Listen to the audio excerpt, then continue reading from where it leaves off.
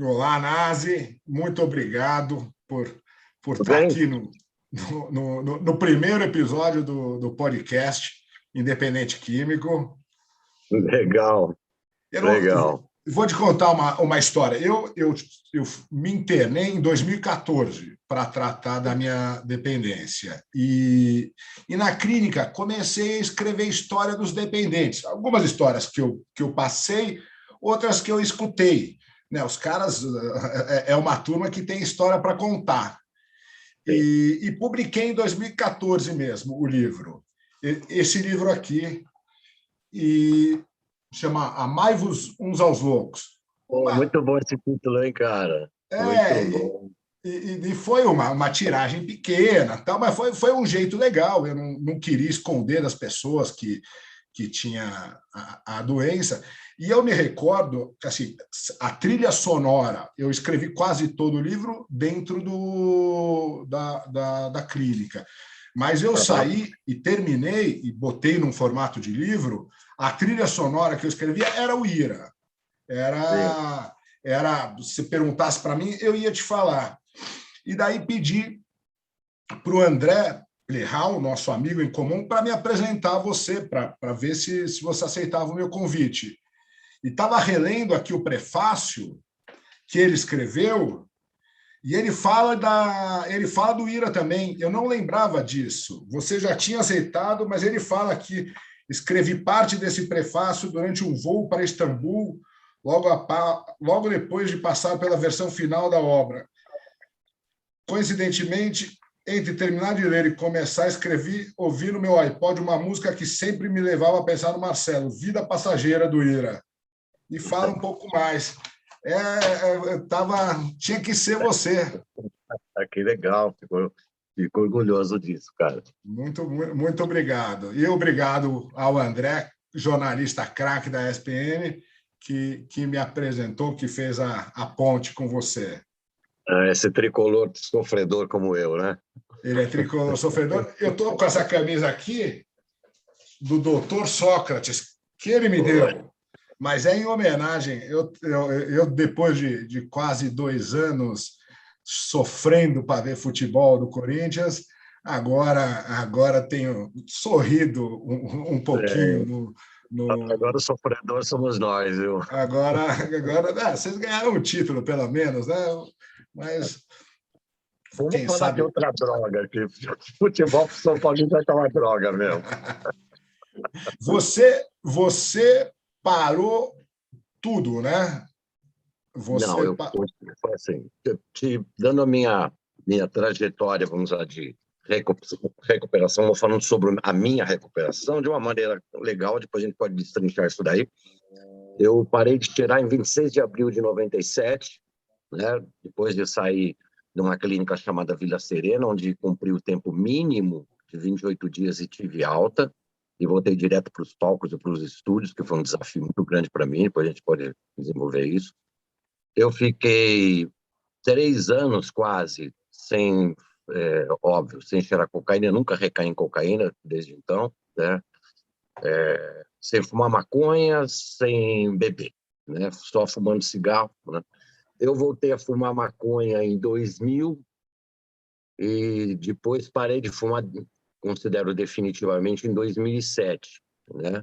Só que eu continuo bebendo. Eu tive até que tomar uns ansiolíticos, etc. e tal. Por isso que eu tenho que dizer que eu não sou exatamente um exemplo de recuperação. Com relação a drogas ilícitas, eu estou limpo de cocaína desde 97, de maconha desde 2007, né? E sei que a coisa assim, ó, tanto no Narcóticos Anônimos como no AA, droga é considerado álcool é considerado uma droga. Então eu posso dizer que toda vez que eu bebo, eu estou recaído, né? Não, mas você Mas leva. hoje, né? Só Você, por hoje estou limpo agora, hoje, né? não se compara. Eu li, acabei de ler o livro que o Mauro Betti escreveu, a Ilha de Nós. Quer dizer, você chegou. O pior foi ali no começo dos anos 90, né? Que você estava quebrando tudo.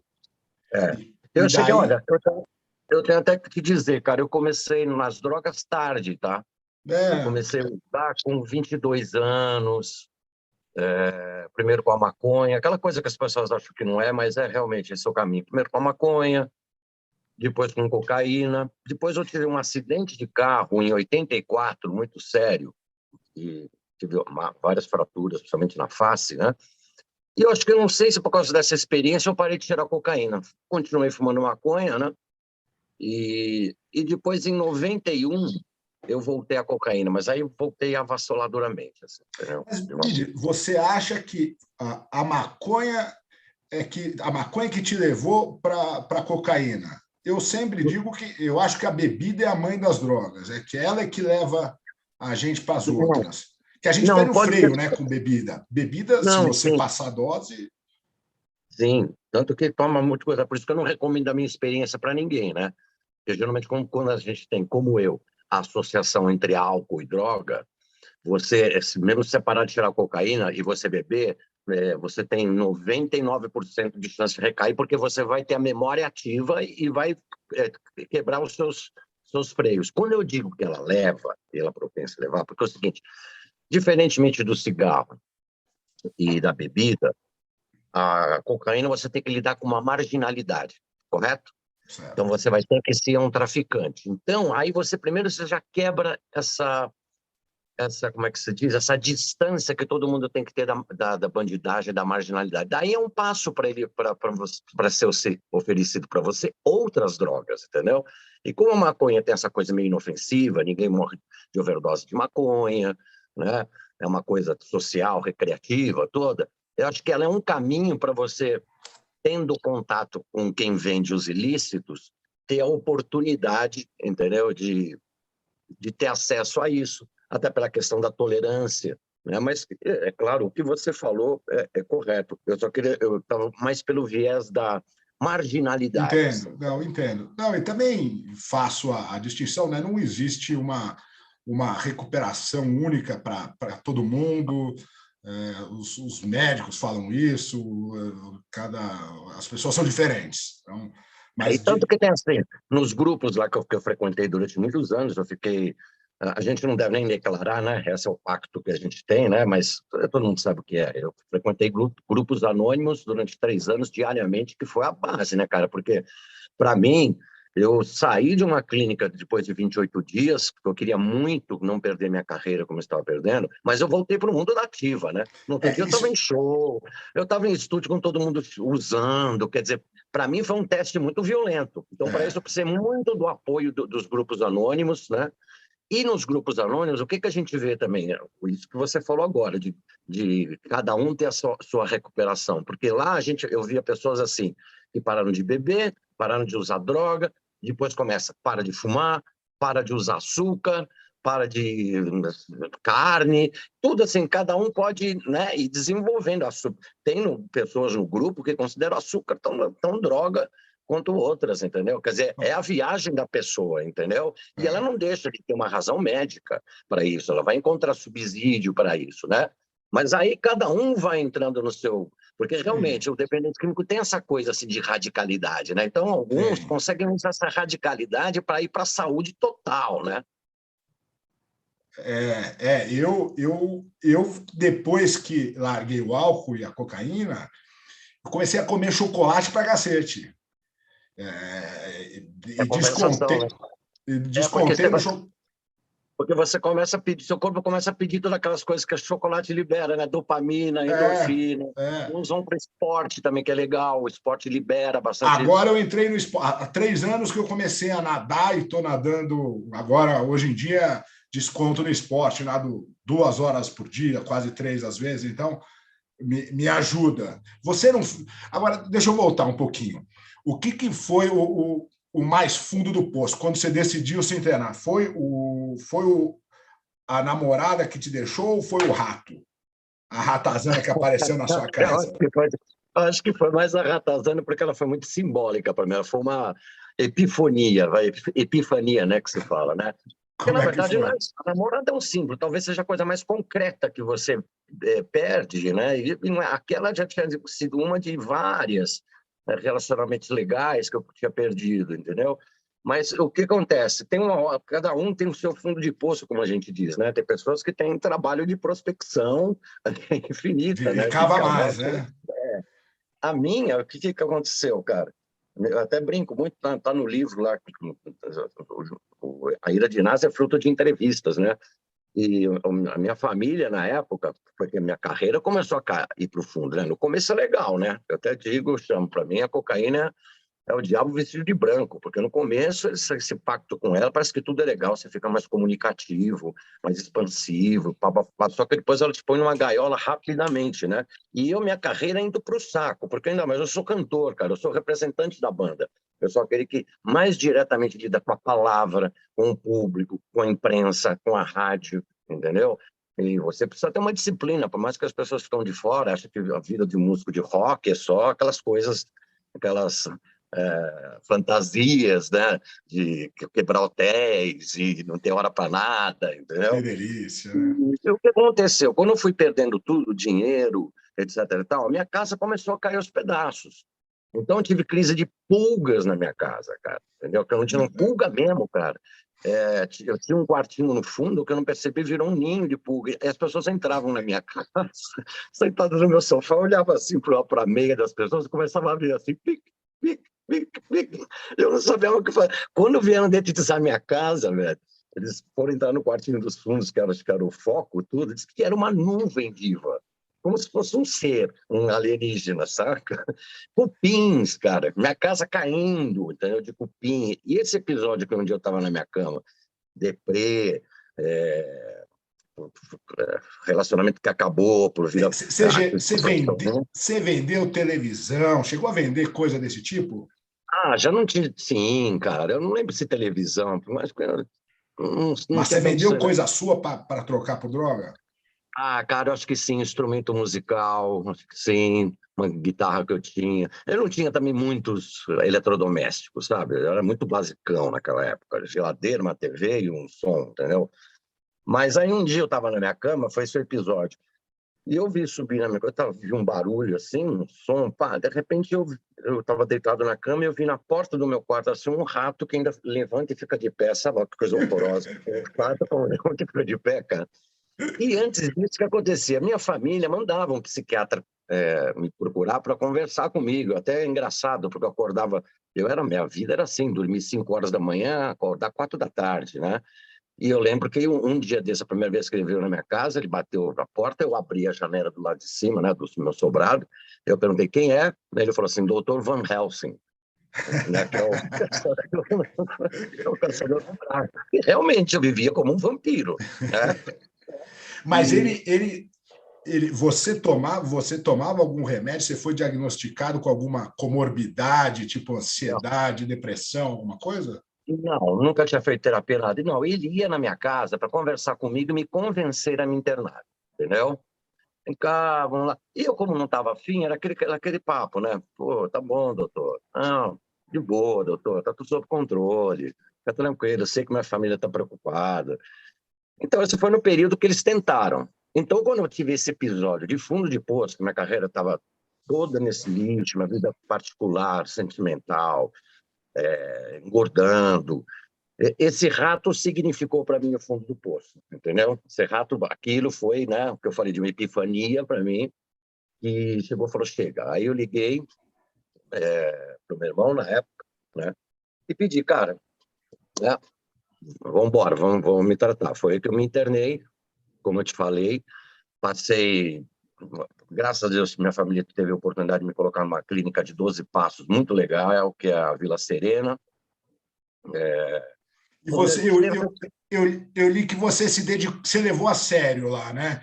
Que tem uma galera que às vezes vai meio forçada e vai ganhar tempo e sai de lá e vai usar ou vai recair mais cedo ou mais tarde. Eu fui que nem você também. Eu levei a sério a internação, as atividades todas. Claro, é claro que no começo a gente tem a crise de abstinência. Isso é normal, por mais que você tenha a maior boa vontade do mundo, o desejo mais sincero e profundo, quando aqueles primeiros dias, a primeira semana, que começa a pintar a crise de abstinência, que no caso do álcool e da cocaína é mais psicológica, mas também é neurológica, né? Então, tem uma hora que eu comecei também a querer sair, falar, meu, isso não funciona, querer brigar com os orientadores, né? Mas tudo isso me foi acalmado, entendeu? Eu consegui resistir àquela crise inicial que eu também tentei desistir, entendeu? Mas tem isso que você falou. Pô, na minha época, tinha muitos garotos lá que a família colocava: olha, mamãe te dá um carro se você for se tratar. E você via que a pessoa não estava lá por si só, entendeu? Estava mais porque estava dando uma satisfação para os pais, entendeu? Tinham pessoas, pô, eu fui internado com médicos, inclusive com um médico que tratava dependente químico como psiquiatra, entendeu? Um diretor de banco, um garoto da periferia que entrava por cota. Isso te surpreendeu na época? Me surpreendeu. Esses são os primeiros choques legais que você tem, porque você vê que são as mesmas histórias para pessoas de contexto social e cultural completamente diferente. Todo dependente acha que a sua situação é única, né? Ah, isso é por várias circunstâncias, porque eu sou cantor de rock, ou porque eu trabalho na publicidade, ou mercado de valores, ou porque eu sou da periferia da bocada. Todo mundo acha que tá, né? Que tem o seu particular. E na verdade você chega lá, você vê que, meu, é as mesmas merdas que você As faz, é a mesmas mesma merdas. situação. Então começa a desmistificar até esse narcisismo, vamos dizer assim, que o dependente químico, de certa forma, tem quando está nativa, né? Eu tinha também um pouco de... Era sem perceber, mas eu tinha... eu tinha um pouco de preconceito. Eu também me internei por pedir ajuda e fui, e também não recaí, fiquei um mês lá, numa que chama Bairral, perto de Ah, São já vou Paulo. falar. Sim, vou falar E, famosa. sério, bacana. Mas eu cheguei lá também achando que ia. Falei, meu Deus, vou encontrar um monte de dependente químico, quem será? Com medo dos caras, né? Mas, porra, eu sou, né? E cheguei lá e também tinha empresário, mas a profissão mais comum era médico. Eu lembro de ter contado na época, eram os médicos, até acho meio compreensível, né? Eles têm muito acesso desde da faculdade ali aos brinquedos. E, Dentistas também, bastante. Eles também têm acesso a todo tipo de anestésicos e essas coisas, né? É interessante isso, né, cara? mas você contrariou nos 12 passos, eles falam, né, de se afastar de pessoas e de lugares que te remetiam. Você não teve essa opção, né? Você saiu. Eu, na verdade, não tinha essa opção. Eu segui durante esse ano, eu fui super Caxias nos 12 passos, né? A gente tem um passo que é pedir, tentar se retratar com pessoas que a É, gente inventário foi, moral. Não é um inventário é, moral.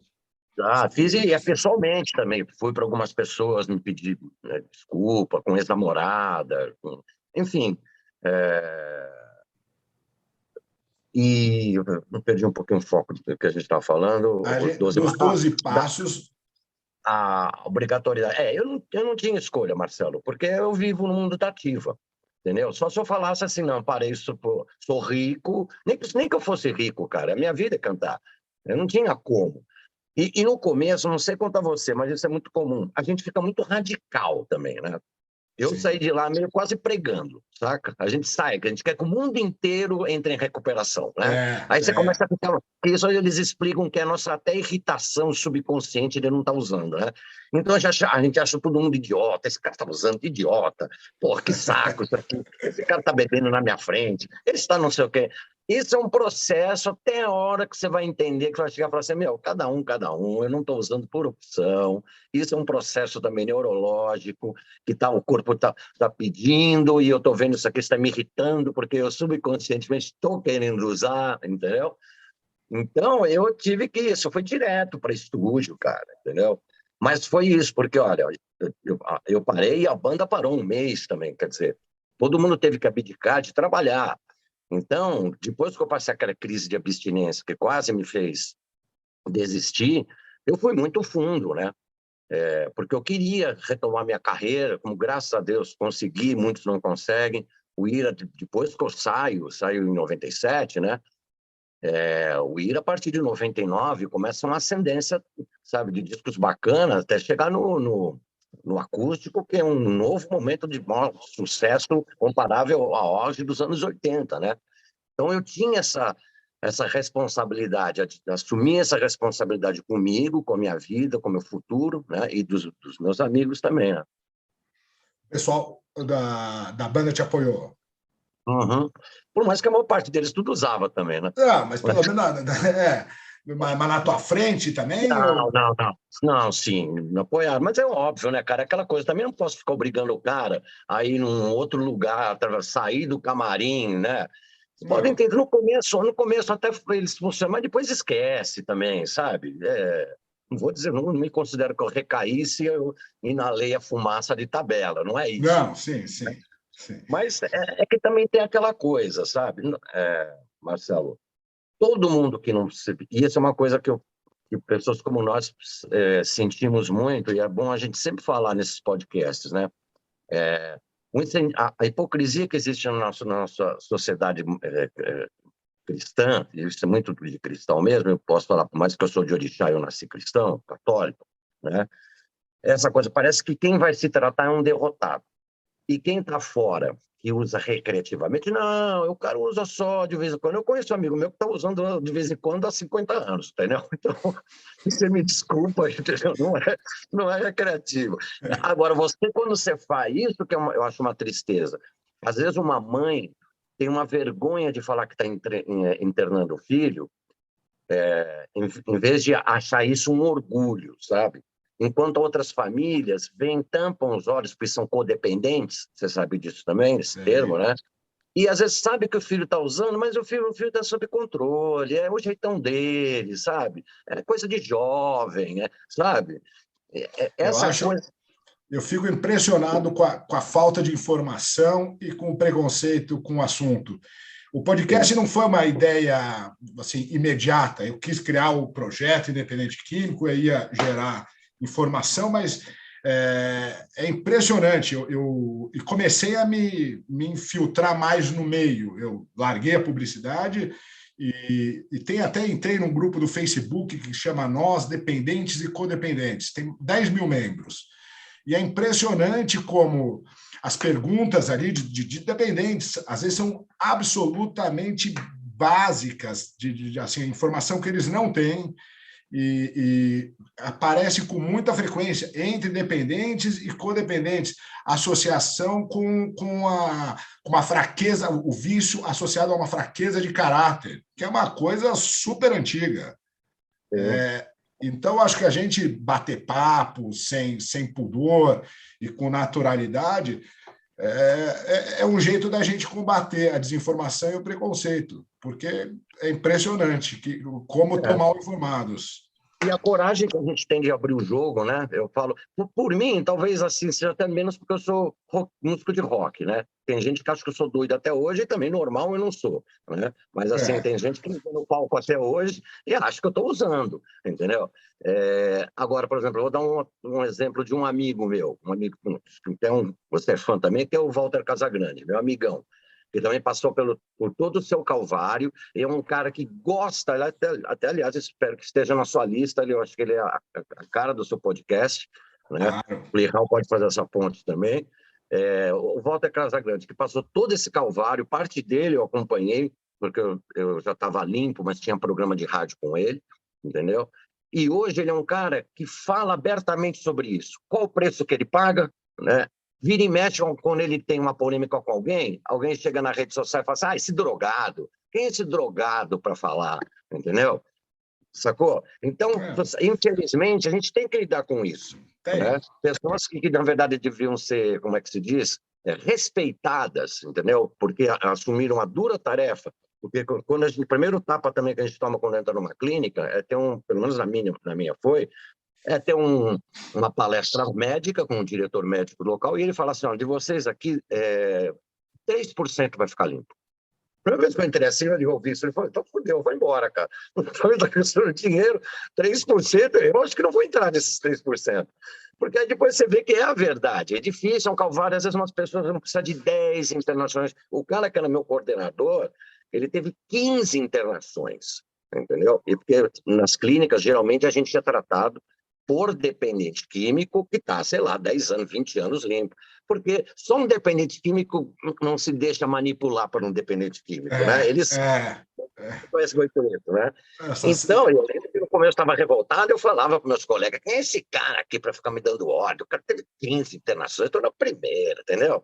Então, toda essa ignorância, essa que tem de julgar, e até hoje achar que isso daqui, para muita gente que teve que se internar, é uma derrota, e uma derrota que você leva para o resto da vida, quando é absolutamente o contrário. Eu acho mais difícil continuar usando do que parar. A minha vida estava miserável. Eu estava sofrendo depressão profunda, eu queria morrer.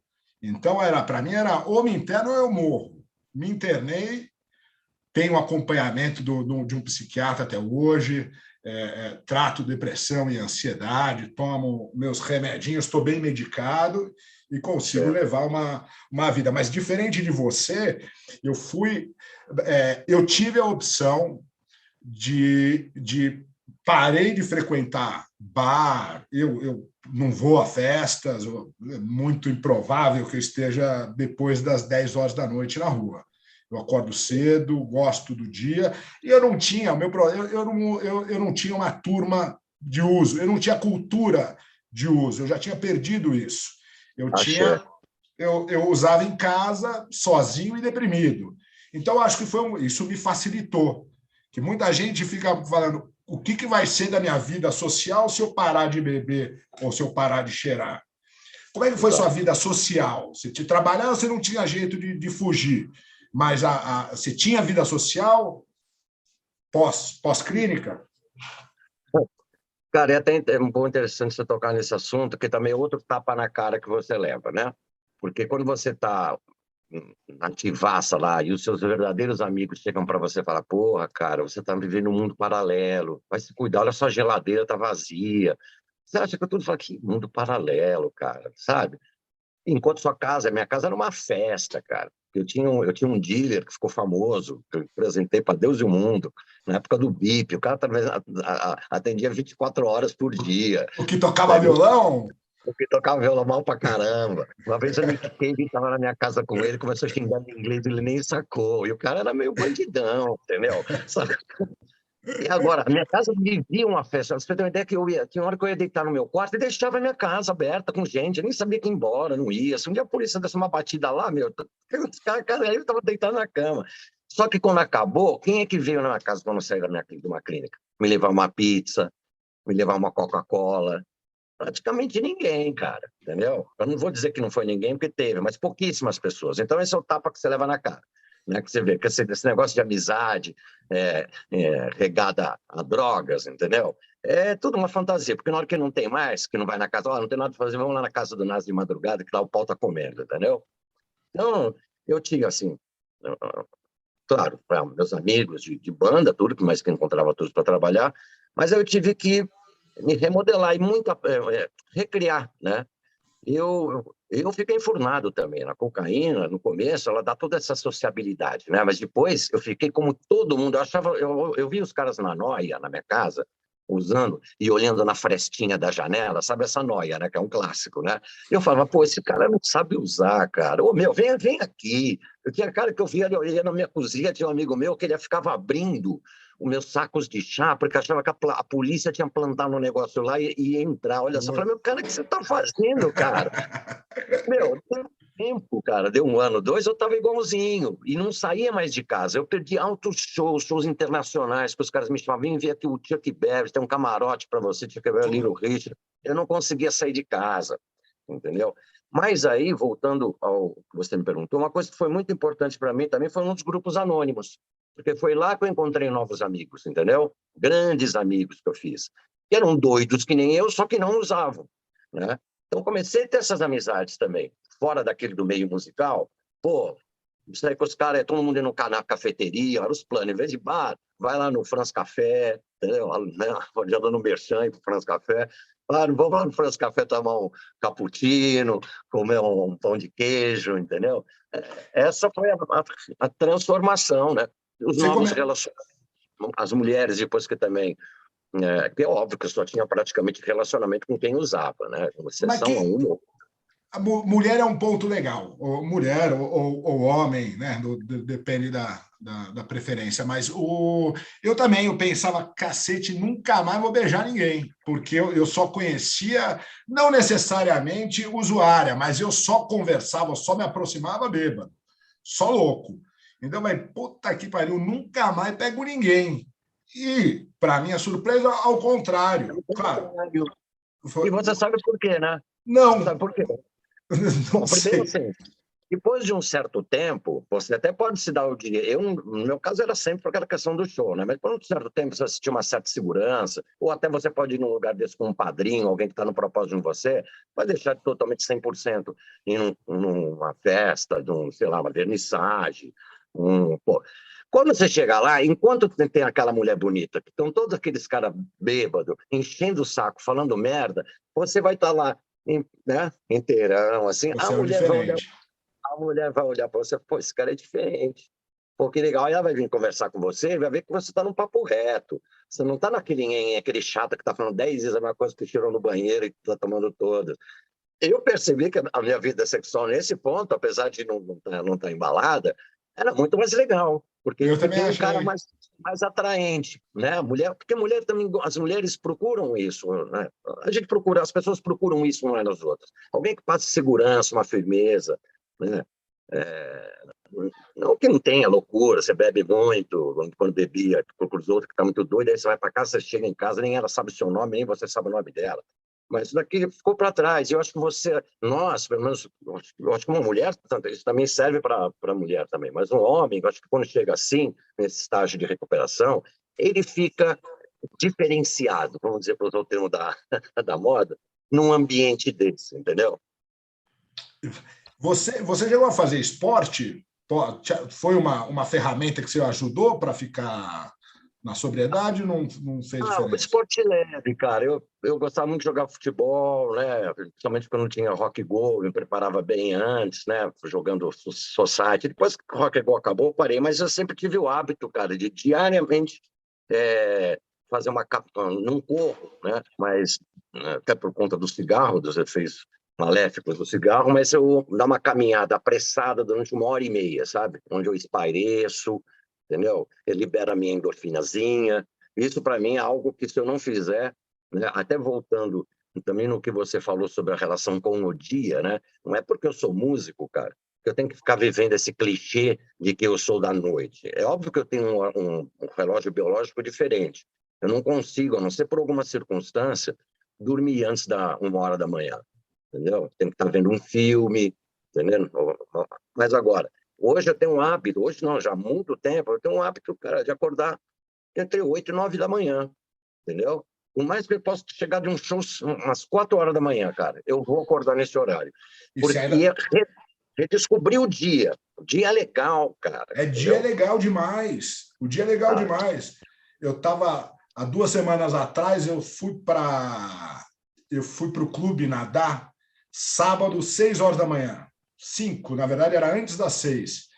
E eu passando na Henrique Schaumann, peguei tava tendo uma mega batida.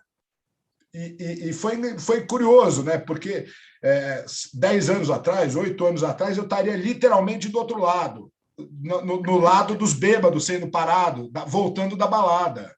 uhum. Então, os caras lá, eu vendo os bêbados sendo parados, eu falei, puta, eu estaria daquele lado, né? Hoje eu estou do lado dos loucos que vão, acorda essa hora indecente para fazer esporte. E se Mas foi se o policial chegasse para você, você podia falar assim, oficial, infelizmente você chegou tarde, 10 10 anos anos, atrasado, tá vendo? 10 anos atrás, ele não teria tido problema. Que outros hábitos novos você descobriu com a sobriedade? Ou novos prazeres? Prazer na cozinha, de comer melhor, comer bem, cozinhar, coisa que eu sempre tive vontade por ser de uma família, né, bem italiana, ter sempre visto isso na minha mãe, na minha avó.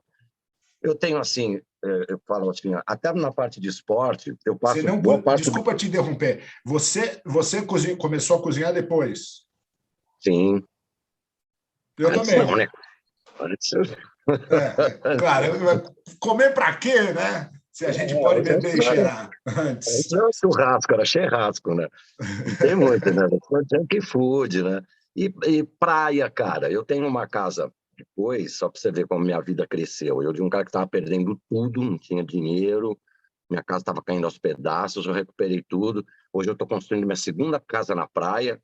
Eu tenho uma há 17 anos na Praia do Espelho, que é uma praia famosa lá depois de Trancoso. Estou construindo uma em Serra Grande, que é também no sul da Bahia. E eu passo o meu verão, boa parte do ano lá. Aí lá, cara, eu faço caminhadas assim de 2 horas por falésia, nado pra caramba, entendeu? Que bacana, que lindo. Tomo um sol, para que eu acordo cedo, para pegar aquela hora do sol legal, entendeu? Pô, que bacana. Porque não dá, imagina você ir doido para praia, para umas praias tão lindas assim, você vai ficar boa parte do dia, né, enfiado dentro de um quarto, um calor do caramba, porque é Nordeste, entendeu? Porra, nunca dá certo isso. Eu passei julho, eu tive uma semana em Trancoso, passando de férias com a minha mulher e com o meu enteado. E daí no hotel, um dia um cara veio me puxar papo, a gente conversou, ele falante, e ele falou que era dependente de químico. Ele ainda na ativa, mas uma pena, porque... Lá tem sala, né? Lá tem Oi? sala. Lá tem sala só de anônimo. É que ele não tava pretendendo parar. Ah, Ele entendi. e daí eu acho que ninguém consegue Sem fazer a ajuda. pessoa passar, né? Eu acho que, infelizmente, em geral, a gente precisa chegar muito fundo no poço para tomar a decisão de É. procurar tratamento. E o fundo é particular, né? Tem pessoas que têm mais, sei lá, mais autodestruição dentro, pessoas que têm menos noção da realidade, tem pessoas que têm menos coisas a se apegar, né? Tipo assim, pô, se você tem um grande trabalho, pô, isso é um motivo para você refletir um momento e falar, cara, eu tenho um talento, eu tenho um nome, tenho um grande sustento. E às vezes pessoas que não têm nada disso, entendeu? Até uma parte espiritual também, sabe? Eu percebi isso, quem é niilista, quem é cético, ateu, às vezes tem mais dificuldade para se tratar, né? Não que eu acredito nessas coisas de gente que vai, crente que vai, Jesus me salvou. Não é Jesus, é seu poder superior, como É a gente do fala. poder superior. Né? Que aí você compreende como você quiser, né? Mas eu percebi que, às vezes, a pessoa, quando é muito intelectual, saca? Ela tem mais dificuldade para se recuperar. É uma coisa que não sei exatamente o porquê, talvez alguma arrogância narcisística, não sei, entendeu? Mas isso é uma coisa que eu percebi. Eu sou ateu e frequentei o AA e o NA e me ajudaram muito. Claro. Durante a internação, eu busquei muito ter fé num poder superior. Eu sou de família católica, fui batizado. Hoje em dia, minha mãe, minhas irmãs vão muito mais para o espiritismo e já fui em centro espírita e acho muito o que eu conheci, gente séria, trabalho bacana, só tenho elogios. Eu só não tenho a fé. Não, mas tudo bem. Eu acho que o que eu quis dizer não é fé, não é religião, sabe, Marcelo? Não é isso. Talvez eu te explicar direito. O que eu quero dizer é diferente. Às vezes, pessoas que, no sentido niilista, filosoficamente falando, no sentido de intelectualidade, de narcisismo intelectual, sabe? E eu acho que isso não é questão de você ter religião ou como você expressa a sua fé. Você pode expressar a sua fé na natureza, você pode compreender Deus como essas árvores, né? Como o planeta Terra em si. Não é exatamente, não acho que é religião que vai salvar, não vai tirar ninguém da dependência química. Você acha que a religião pode atrapalhar? Porque essa é uma questão que eu fico me perguntando, porque eu vejo esse grupo que eu te falei do Facebook, ele tem sido uma fonte de informação para mim. E vejo lá muito, graças a Deus, o senhor, e eu fico com receio da pessoa colocar demais na mão de Deus e não fazer a parte dela. Eu vejo lá, não, Deus vai me tirar, ou Deus vai... Eu sou pragmático, eu sou um ateu, mas absolutamente pragmático. Eu frequentei NA, eu parei de ir em bar, eu parei de ir à balada, acordo cedo. Quer dizer, eu fiz a minha parte. O que você acha? Eu também, absolutamente, por isso que eu brinquei. É que muita gente fala graças a Deus, até eu falo graças a Deus, porque né, uma interjeição que já está comum, né? Sim, eu também falo.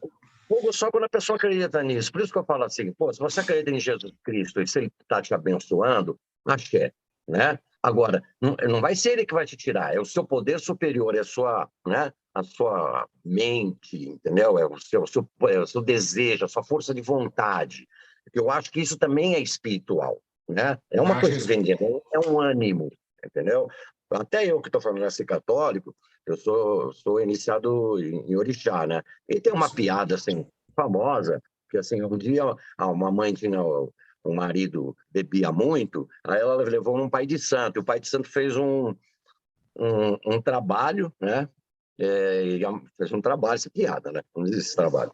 E amarrou a boca de um bode, né? Aí disse que deu certo no começo, assim, aí depois de uns meses ela voltou e falou assim, olha, aquela macumba que você fez, deu certo um mês, tudo, mas agora ele voltou do jeito que ele estava. Ela falou assim, então é o seguinte, então, em vez de amarrar a boca do bode, tem que amarrar a boca do seu marido, né? Costurar a boca do seu marido. Porque é meio isso, não adianta você fazer uma macumba dessa, se a boca do cara vai ficar aberta, né? Se você quer usar, ter um apoio espiritual, religioso, para, sei lá, fortalecer sua força de vontade, axé. Mas não é Jesus Cristo. É que nem esse cara que faz gol e fala que é Deus. Pô, Deus também é do outro time também, né? É você que tem que ser bom de bola e marcar o gol, cara. O que Jesus tem a ver com isso? Agora, sobre personalidade, você acha, descendente de Calabres, você tem um sangue quente. Você acha que se você tivesse seguido carreira no Itaú ou tivesse virado Jacques Cousteau brasileiro, você acha que você teria desenvolvido a dependência química? Dá para dar um Ah, chute? não, tenho certeza que sim.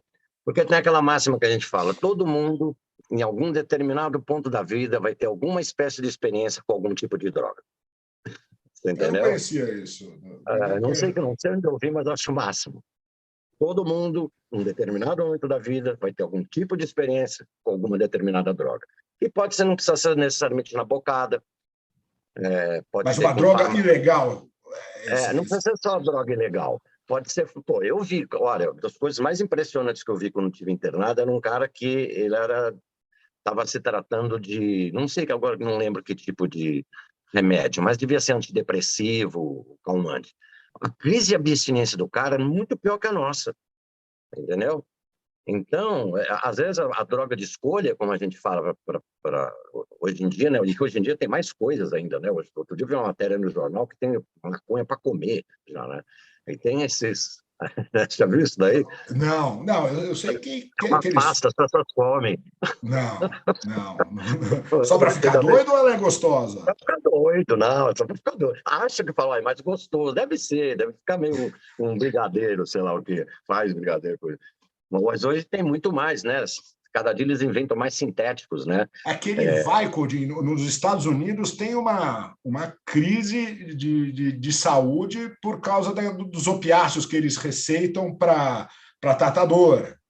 Eu conheci um cara assim na clínica, tinha vindo para o Brasil, ele se machucou, jogava basquete, se machucou, o médico passou a receita e ele tomou durante um tempo o Vicodin e depois se viciou e continuou tomando. E depois ele começou a traficar, porque era mais barato do que cocaína. Ele chegou na clínica, ele no primeiro dia ele falava assim, eu não sou dependente que nem vocês, né? Acho que o meu negócio vai ser mais fácil, acho que em uma semana eu já vou embora. E o cara, depois de 2 ou 3 dias, começou a ter umas crises de abstinência Então, e era pesadíssimas. o opiáceo dele. O opiáceo Porque é da família da heroína, né, cara? É das piores. Mas é engraçado que lá nos Estados Unidos você ganha receita, o médico de receita. Você torceu o pé, você machucou, eles vão te receitar. E tá vendo? Ele não se considera um drogado que nem Não se nós, considerava. porque ele nunca foi na bocada, ele nunca fez, acho que nada era ilegal, não andou com bandido, né? Não está na televisão, não tem narcos né, de remédio.